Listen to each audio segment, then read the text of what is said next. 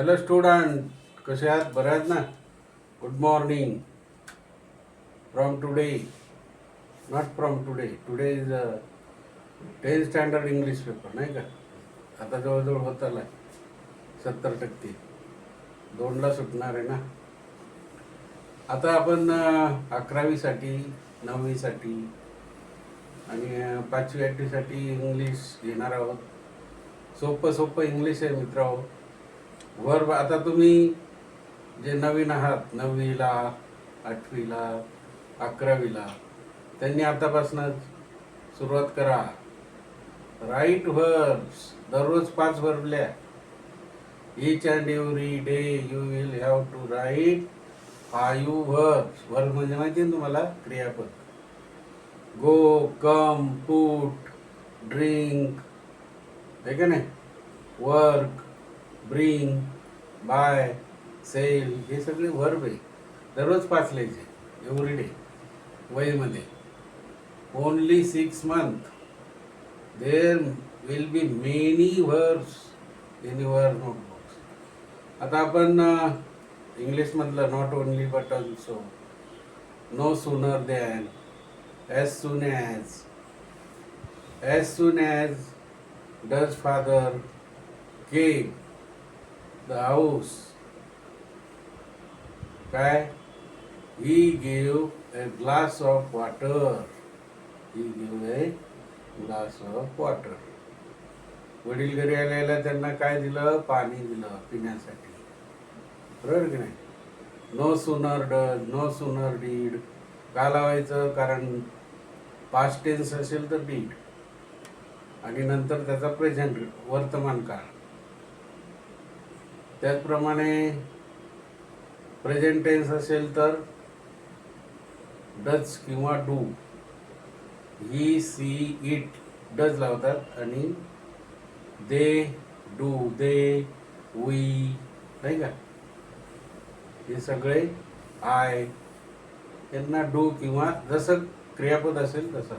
आता इथे बघा, either you or I am to go there. Either you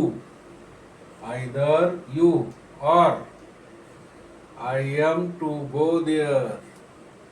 Either you or I to go there. मी किंवा तू तिथे गेला पाहिजे, जा. Neither म्हणजे neither he nor you are to attend the school. Are to attend the school. Neither he nor you to attend the school. Not only but also, Sonu is responsible for the loss. मग काय येईल? Not only but also. Not only Sonu, है की नाही? Not only you but also Sonu is responsible for the loss. म्हणजे फक्त एकटा तूच आहे का जबाबदार? सोनू पण त्याला लॉसला जबाबदार आहे. No sooner does my father. Does का लावला? कारण तृतीय पुरुष एकच नाही. No sooner does my father enter the house then he give him a glass of water. घरात आलेल्या काय दिलं? एक पाण्याचा पेला. as soon as my father enter the house. as soon as ने कसं करायचं बघा? as soon as my father enter the house I give him a glass of water. म्हणजे मी काय दिलं? पाण्याचा पेला. बरोबर की नाही? पाण्याचा ग्लास दिला. No sooner do I finish my job. No sooner do काय आलं? Finish. No sooner do I आलं म्हणून do. No sooner do I finish my job Then I help my father. काम संपल्या घरी आल्यानंतर मी माझ्या वडिलांना मदत करतो. जॉब संपल्या.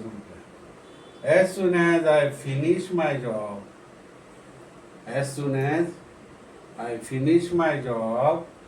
I help my father. As soon as I finish my job, I help my father. Job संपल्या 5 वाजता किंवा 6 वाजता घरी येऊन मी वडिलांना मदत करतो. नो सुनर डीड, तर इथं डीड आलंय, क्रियापदाला पास्ट टेन्स असेल. No sooner did a teacher come then the boy stood up. No sooner did a teacher come then the boy stood up. आता इथं teacher come, no sooner did a teacher come in the class असं म्हटलं तरी चालेल. Then the boy stood up, मुलं उभी राहिली.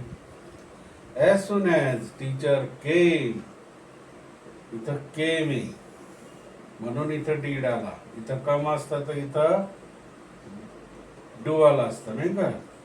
As soon as the teacher came, boy stood up. As soon as teacher came, boy stood up. शिक्षक आलेल्या मुलं उभी राहिली. No sooner did she come the house. No sooner did she come the house. Then I started to clean. घरी आलेल्या मी स्वच्छता करायला सुरुवात करते. No sooner did she come the house then I start to clean. Verb बघा इथे दिलेत. मग सुरुवातीलाच मी सांगितलं तुम्हाला दररोज 5 लिहा, कमीच लिहा, जास्त नको. आता भरपूर दिवस 9वी 8वी 7वी 11वी आहे का नाही. इंग्लिशचं आता त्यांनाच महत्व. 10वीचे पेपर झाले, जे 9वीला येणार त्यांना फार महत्व 10वीसाठी. म्हणजे हे 9वीसाठी त्यांना 10वीसाठी उपयोगी पण येईल, आहे का नाही. वर्ब बघा, वर्क आहे, हेल्प आहे, come, start, read, go, bring, see, sow, write, put, cut, आहे की नाही. हे आता तुम्ही लिहिले, पण हे मी लिहून दिलेत. तुम्ही दररोज नवीन शोधायचे. ओनली 5 आणि त्याचं स्पेलिंग पण व्यवस्थित लिहायचं. शेअर करा, लाईक करा मित्र हो, सबस्क्राईब करा. सर्वांना 9वी 8वी 10वी 11वीला पण, पुढच्या वर्षी 10वीला पण होईल. Okay, thank you.